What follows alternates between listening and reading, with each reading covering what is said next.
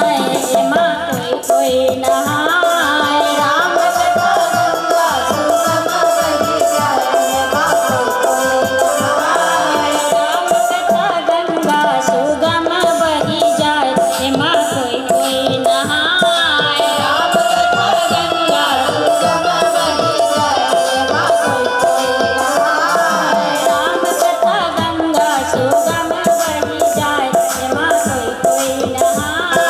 राम कथा गंगा सुगम बही जाए माँ कोई कोई नहाए। माँ कोई कोई नहाए माँ कोई कोई नहाए। बोलिए भक्तवत्सल भगवान की जय।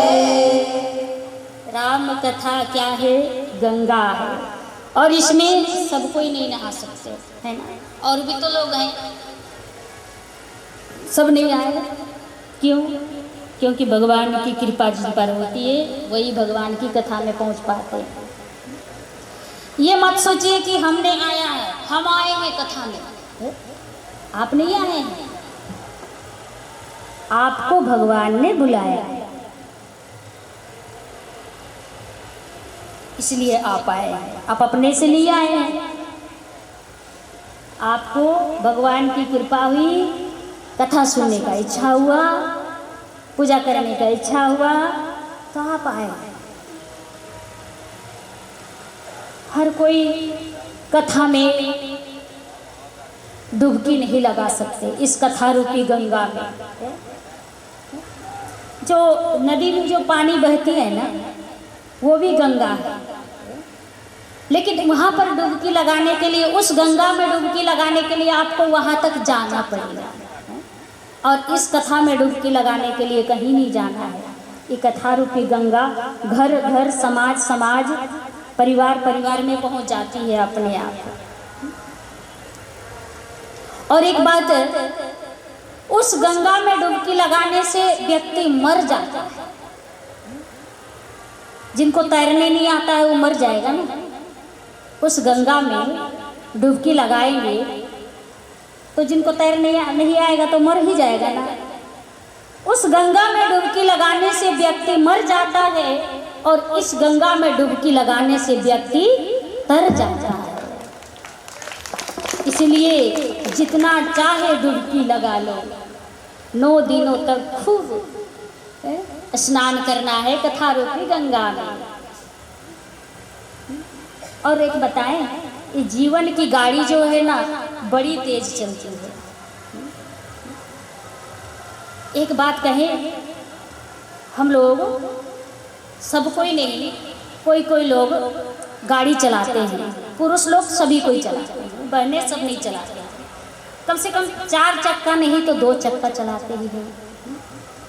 तो क्या करते हैं, गाड़ी को खूब दौड़ाते हैं, खूब दौड़ाते हैं। इसके बाद 2-4 महीना में क्या करते हैं, गैरेज में घुसा देते हैं। क्या करने के लिए? सर्विसिंग करने के लिए ना। कहीं थोड़ा ब्रेक ऑयल चेंज हो जाए, मोबिल चेंज हो जाए। नहीं तो अगर वहाँ नहीं देंगे सर्विसिंग के लिए तो क्या होगा, जो माइलेज दे रहा है वो गड़बड़ हो जाएगा ना। मान लिया 1 लीटर में 45 किलोमीटर है, मान लिया कि दे रहा है, तो फिर जब आप खूब दौड़ाएंगे और सर्विसिंग नहीं कराएंगे तो क्या होगा, वही ट्रक का माइलेज देने लगेगा। 1 लीटर में 5 किलोमीटर, 10 किलोमीटर। और नहीं, और क्या होगा, धुआं फेंकने लगेगा, गाड़ी धुआं फेंकने लगेगा, और आवाज़ भी होगा, आवाज़ भी उसका चेंज हो जाता है। जो लोग गाड़ी चलाते हैं बहुत अच्छी तरह जानते हैं। तो इसी तरह ये जीवन की गाड़ी को भी खूब दौड़ाइए, खूब दौड़ाइए, और जहाँ पर मौका मिले, भगवान की कथा हो रही है, इस जीवन की गाड़ी को भी थोड़ा सा सर्विसिंग करा लीजिए। है एक तरफ से कहें तो क्या है, ये 9 दिनों तक सर्विसिंग सेंटर बन गया है। जीवन रूपी गाड़ी को खूब दौड़ाए, और 9 दिनों तक यहाँ पर कहीं पर भी कथा हो रही है तो इस जीवन रूपी गाड़ी को भी उस गाड़ी की तरह सर्विसिंग करा दें। प्रेम से बोलिए रामचंद्र भगवान की जय। आइए, अभी तक हम कथा में घुसे ही नहीं है। हमको समय कितना बजे तक है हमको भी नहीं मालूम ठीक से, ठीक ना? हमको सूचना कर दीजिएगा थोड़ा सा 5-10 मिनट पहले। तो हम श्री रामचरितमानस की कथा श्रवण करेंगे। इस रामचरितमानस की रचयिता गोस्वामी तुलसीदास जी बाबा है। बाबा ने इस रामचरितमानस में कुल 7 कांड लिखे हैं। पहला बाल कांड, अयोध्या कांड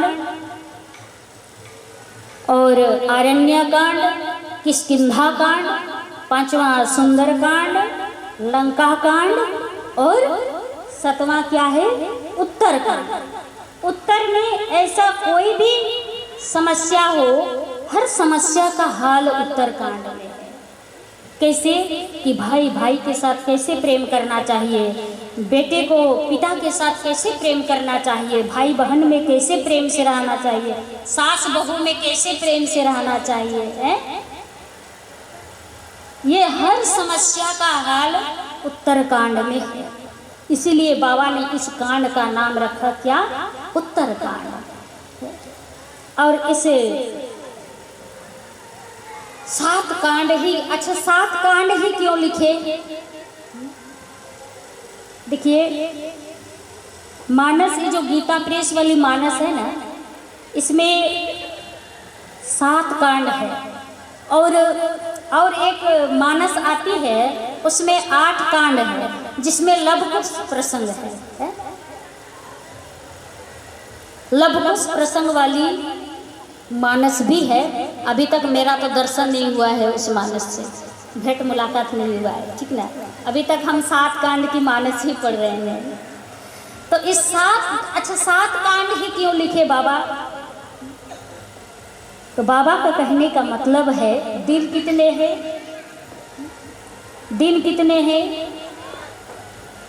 बोलिए। 8 है?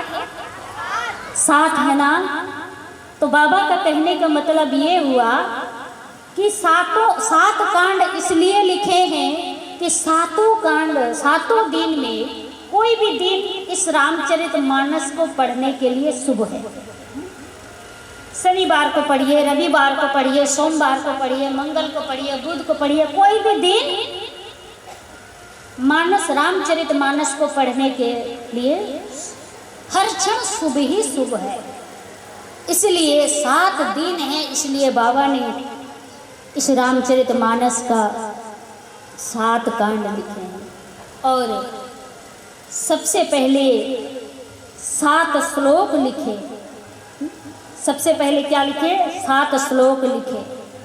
और पहले ही श्लोक में गोस्वामी बाबा क्या लिखते हैं? वर्णानाम अर्थ संघानाम रसानाम छंदसामपि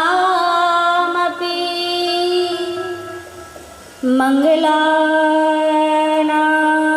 च कर्तारो वंदे वाणी विनायको। पहले श्लोक में गोस्वामी बाबा एक साथ गणपति भगवान का और माँ सरस्वती जी का वंदना किए। एक साथ क्यों किए? कि गणपति भगवान बुद्धि देते हैं और सरस्वती माता बोलने की कला देती है।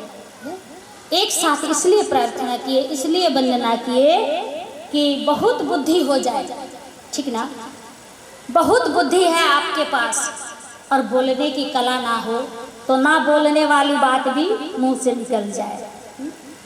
और बहुत बोलने आता है और बुद्धि नहीं है क्या बोलना है, तो फिर इस बोलने का क्या करा, इसका मतलब क्या है? इसलिए दोनों मेरे ऊपर कृपा करिए। कौन? गणपति भगवान भी और माँ सरस्वती जी भी। इसलिए बाबा ने दोनों को एक साथ वंदना किए हैं। दूसरे श्लोक में भवानी शंकर शंकर भगवान और माँ भवानी जी का वंदना की है।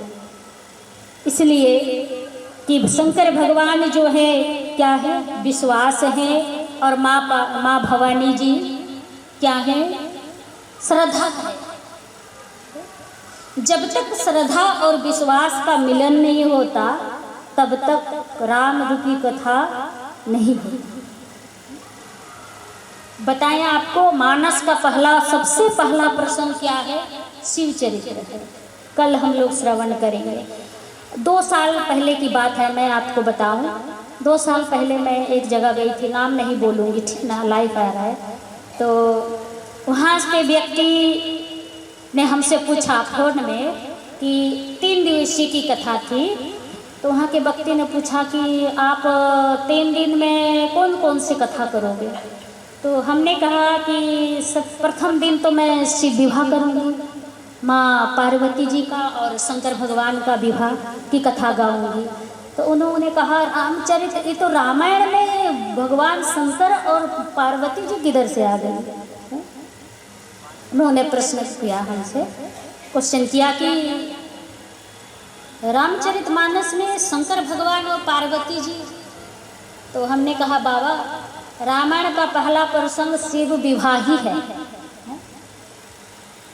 जब तक हम श्रद्धा और विश्वास का मिलन नहीं कराएंगे तब तक राम रूपी कथा होगी ही नहीं। क्यों? क्योंकि सबसे पहला प्रसंग क्या है, तो भगवान शंकर और माँ पार्वती जी का है। आज तो महात्मा है, कल आज तो केवल महिमा है, कथा की महिमा को हम लोग श्रवण कर रहे हैं। कल से हम लोग प्रसंग पर जाएंगे। और तो पहला प्रसंग क्या है, शिव और माँ पार्वती जी का विवाह की कथा है। और इसमें इसलिए बाबा ने सबसे पहले दूसरे श्लोक में भवानी जी का और शंकर भगवान का वंदना किए। और एक बात बताएं, जो भी व्यक्ति, आप हो चाहे हम, कोई भी, जब तक हम शिव भक्ति प्राप्त नहीं करेंगे ना तब तक हमको राम भक्ति नहीं मिलने वाली। क्योंकि राम जी अपने से कृपा नहीं करते। जब तक उनको कोई नहीं कहता कि कृपा करने के लिए, तब तक अपने से कृपा नहीं करते हैं। जब विश्वामित्र मुनि के साथ जा रहे हैं तो रास्ते में एक पत्थर दिखाई पड़ा राम जी को। तो पूछा, मुनि ही सिला प्रभु देखी, सकल कथा मुनि कहा विसेखी। गोस्वामी तुलसीदास जी लिखे कि क्या राम जी को नहीं मालूम था कि ये पत्थर कौन है। खुद ही जा करके पत्थर के ऊपर अपना पांव रख देते तो अहल्या का उद्धार हो जाता। लेकिन ऐसा नहीं किए राम जी। क्यों? क्योंकि राम जी अपने से एक भक्ति प्रदान नहीं करते। जब तक उनको कोई नहीं कहता कृपा करने के लिए तब तक वह कृपा नहीं करते। इसीलिए सब जानते थे राम जी कि ये पत्थर कौन है, क्यों पड़ी हुई है। जब तक विश्वामित्र जी नहीं बोले तब तक भगवान अहल्या के ऊपर पांव अपना नहीं रखे। इसलिए सबसे पहले शिव भक्ति, इसके बाद ही हम राम भक्ति कर सकते हैं।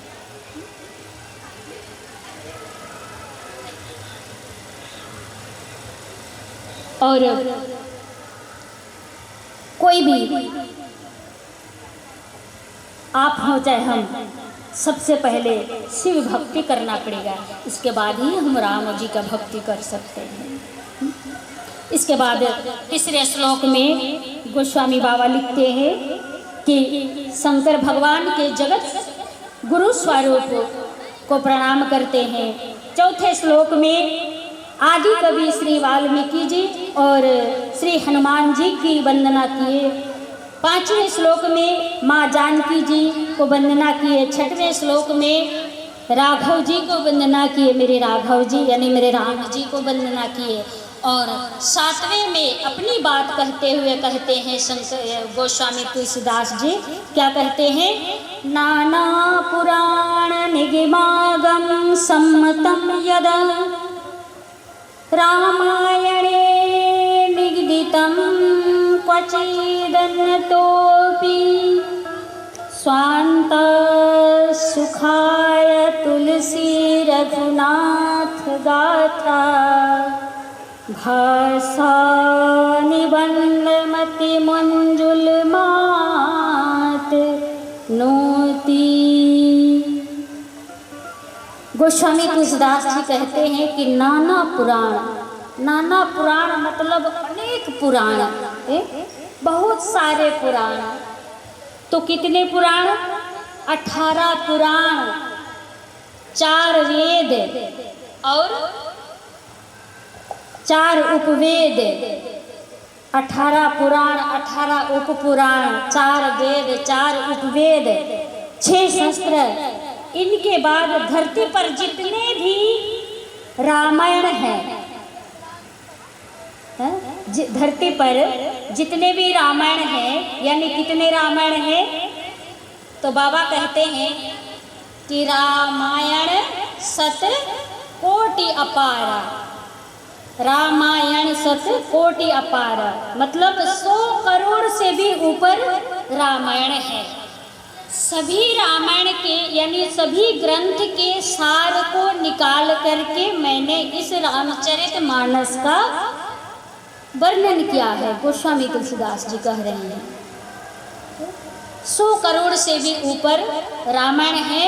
और इतने रामायण के सभी ग्रंथ के यानी 18 पुराण, 4 वेद, 6 शास्त्र, सभी ग्रंथ को सार करके मैंने इस रामचरितमानस का वर्णन किया है। तो गोस्वामी तुलसीदास जी बाबा कहने का मतलब ये है कि जो कोई भी यदि उसमें हम हो चाहे आप हो, केवल रामचरितमानस पढ़ने से ही 18 पुराण और 6 शास्त्र और 4 वेद पढ़ने का फल प्राप्त होगा। इसलिए इस ग्रंथ को पढ़ना चाहिए। प्रेम से बोलिए राम कृष्ण भगवान की जय। इसके बाद 5 देव उपासना के लिए 7 श्लोक लिखने के बाद गोस्वामी बाबा पंचदेव उपासना के लिए 5 श्रोता लिखे।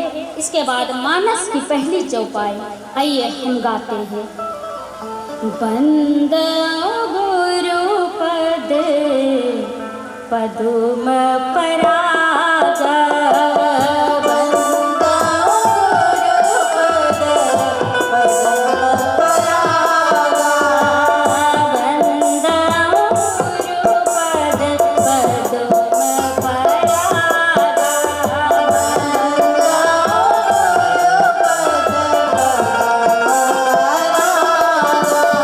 सुरुचि सुवास सरस अनुराग।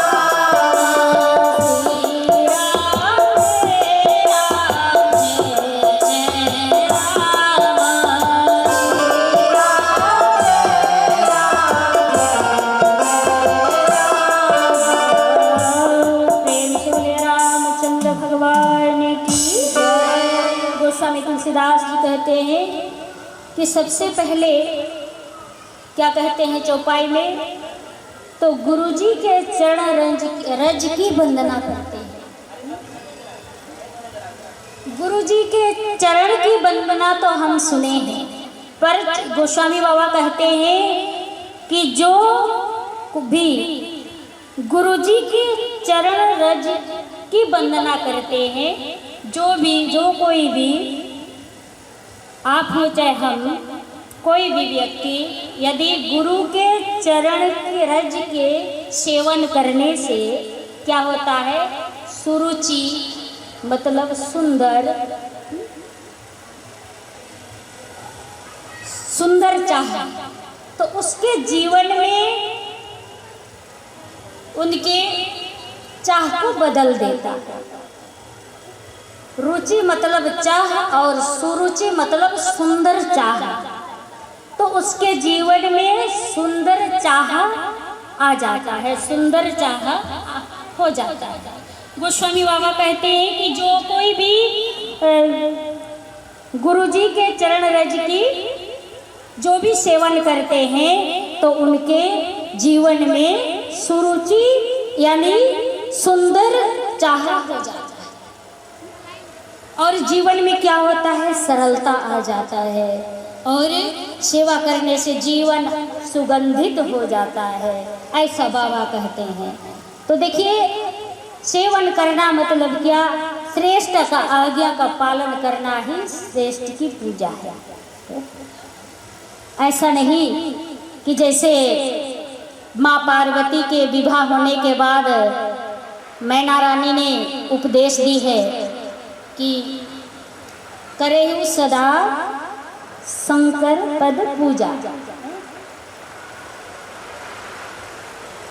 मैना रानी ने कहा है कि बेटी, स्त्री के लिए उनके पति ही देवता है। स्त्री के लिए उनके पति को छोड़ करके दुनिया में कोई देवता नहीं है।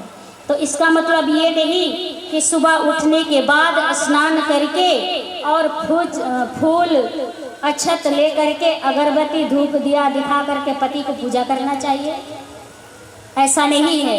श्रेष्ठ की पूजा क्या है, श्रेष्ठ की आज्ञा के पालन करना ही श्रेष्ठ की पूजा है। तो वही गोस्वामी बाबा भी कहते हैं कि गुरु चरण में सेवा करने से जीवन सुगंधित हो जाता है और सरल हो जाता है, जीवन में सरलता आ जाती है। देखिए, सरल हो जाना, सरल पर प्रवचन देना बहुत सरल है, लेकिन सरल बन जाना बहुत कठिन है। सरल बन जाओ, सरल हो जाओ, सरल हो जाओ, और महाराज का ही सरल नहीं छूटा है। तो सरलता तब आती है जब भगवान की कृपा होती है।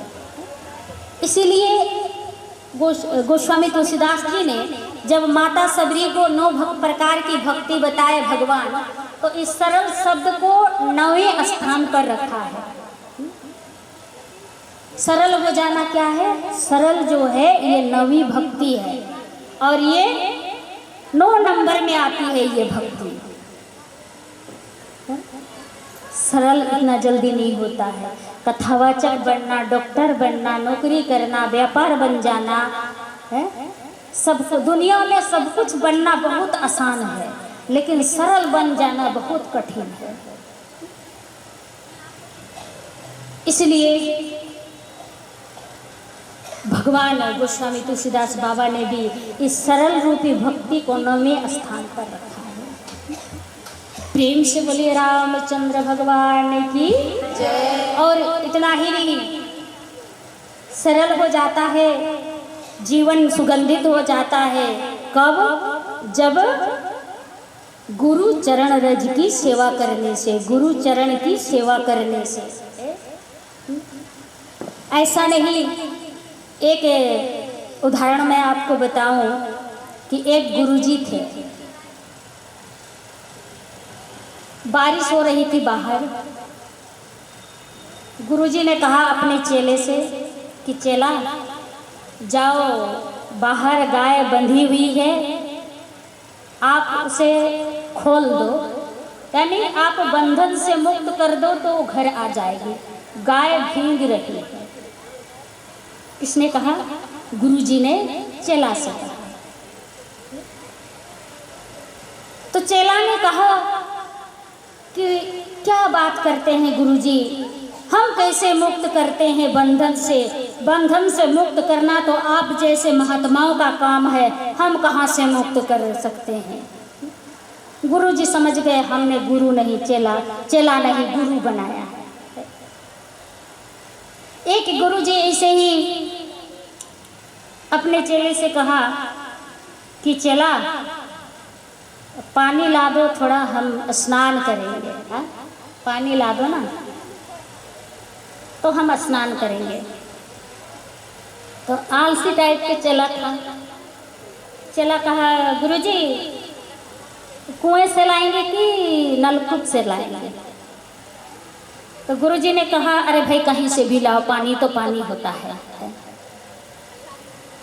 तब फिर कहता है चेला गुरुजी बाल्टी में लाएं कि कमंडल में लाएं?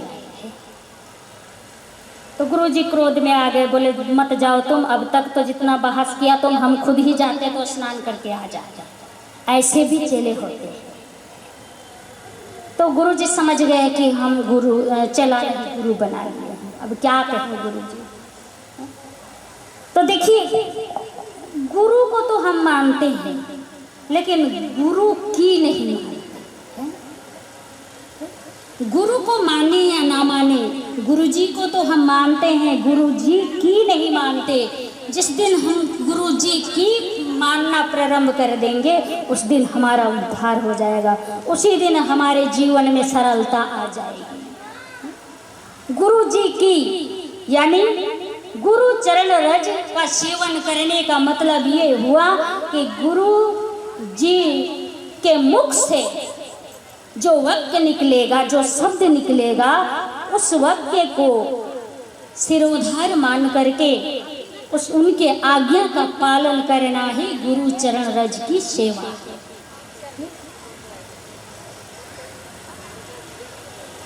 और लेकिन अनुराग क्या है? अब गोस्वामी बाबा जी लिखते हैं कि अनुराग, तो अनुराग तब होगी ना जब हमारे में राग होगा। राग क्या है? जो हम अपने परिवार में, अपने आस पड़ोस में, अपने घर में प्रेम करते हैं उसका नाम है राग।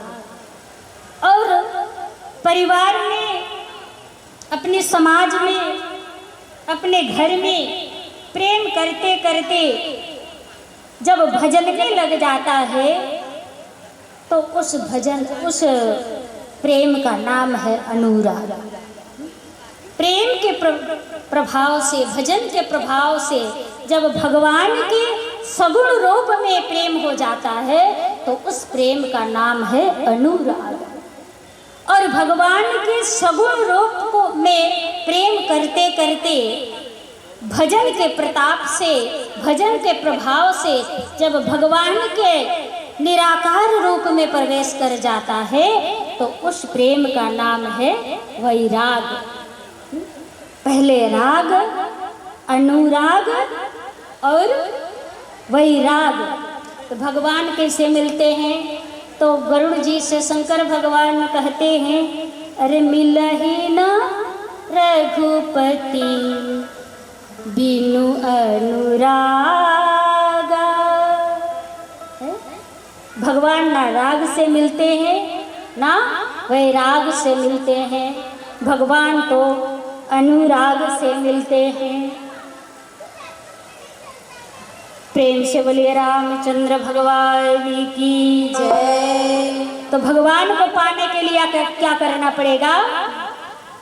पाना है यदि प्रभु को। भगवान किसमें मिलेंगे? पाना है यदि प्रभु को बस प्यार में मिलेगा। पाना है यदि प्रभु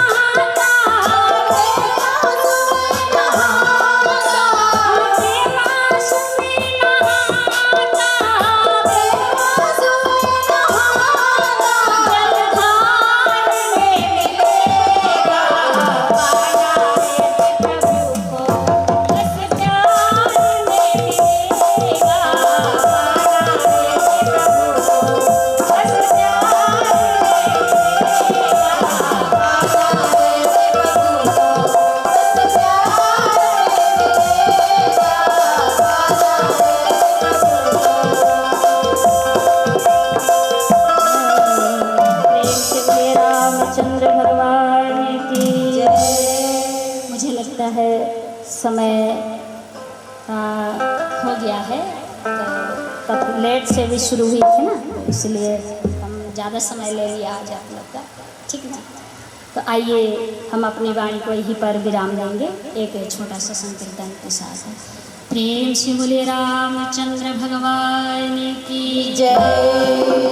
श्री राम जय राम जय जय राम। श्री राम जय राम जय जय राम।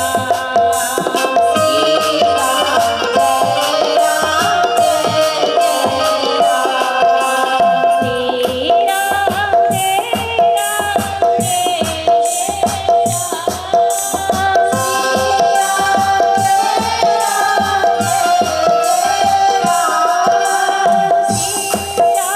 जय राम जय जय राम।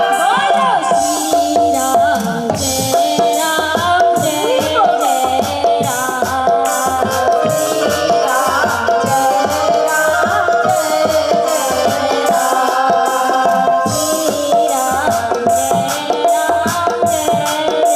राम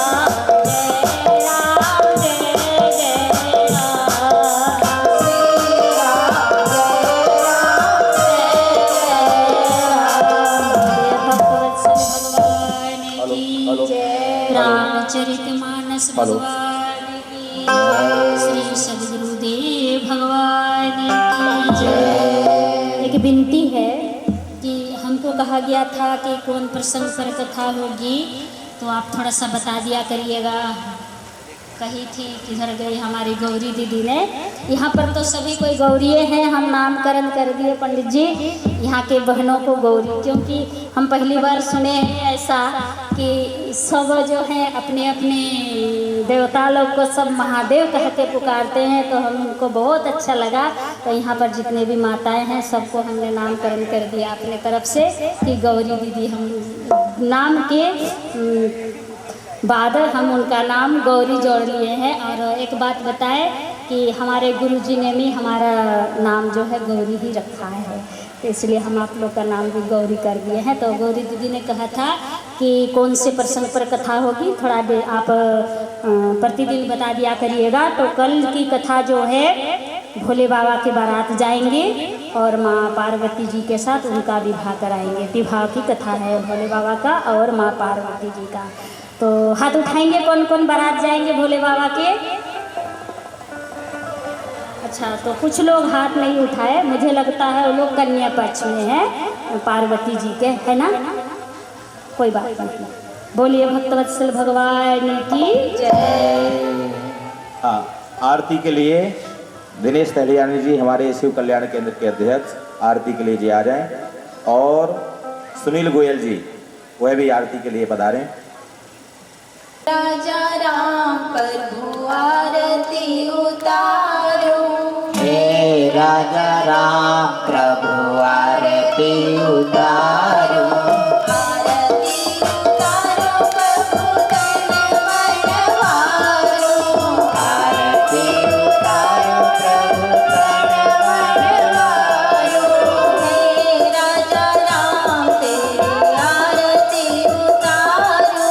हे राजा राम प्रभु आरती उतारो। कनक सिंहासन राजत जोरी।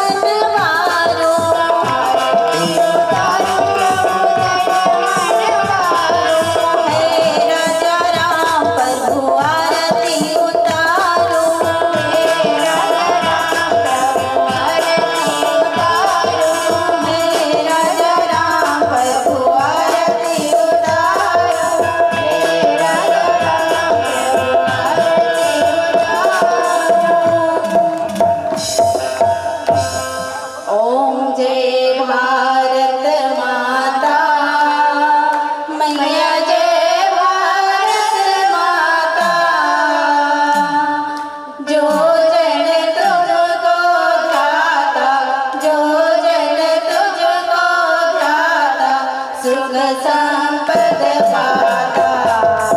ओम जय भारत माता। ऋषि मुनियों ने तेरी महिमा है गाई, महिमा है गाई। सीधे सीधे तूने, सीधे सीधे तूने सर्वता बताई। ओम जय भारत माता।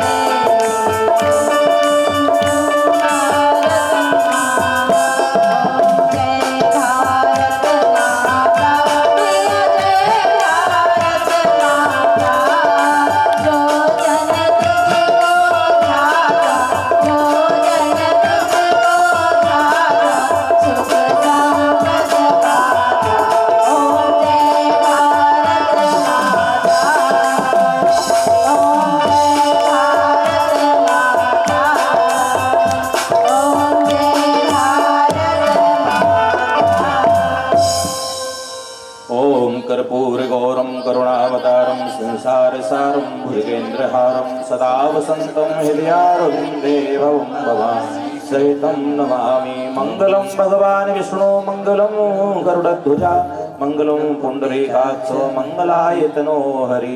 सर्वमङ्गलमाङ्गल्ये शिवे सर्वार्थसाधिके शरण्ये त्र्यम्बके गौरी नारायणि नमोस्तुते। आरतिक्यं समर्पयामि जलमाचमनीयं समर्पयामि पुष्पैव देवाभिवन्दनम्। आरती ले लें सभी लोग। त्वमेव माता च पिता त्वमेव च सखा त्वमेव त्वमेव विद्या त्वमेव सर्वं मम देव देव। ॐ स्तोमा सद्गमय तपसो मा ज्योतिर्गमय मृत्यो मामृतं गमय। सर्वे भवन्तु सुखिनः सर्वे सन्तु निरामयाः सर्वे भद्राणि पश्यन्तु मा कश्चित् दुःखभाग् भवेत्। ॐ सङ्गच्छदं संवदनं शम्भो मनास्यानतं देवाभाग्यं यथा पूर्वे सन्तानानामुपासते। ॐ पूर्णमदः पूर्णमिदं पूर्णात् पूर्णमुदच्यते पूर्णस्य पूर्णमादाय पूर्णमेवावशिष्यते। ॐ शान्ति शान्ति शान्ति। सच्चिदानंद भगवान की जय। भारत माता की जय। गौ माता की जय। गंगा माता की जय। श्री राम जन्मभूमि की जय। श्री कृष्ण जन्मभूमि की जय। काशी विश्वनाथ की जय। पवन सुत हनुमान की जय। बोलो संतों की जय, बोलो भाई सब भक्तों की जय, धर्म की जय हो, अधर्म का नाश हो, प्राणियों में सद्भावना हो, विश्व का कल्याण हो, वंशत्या बंद हो, धर्मांतरण बंद हो, भारत अखंड हो, हर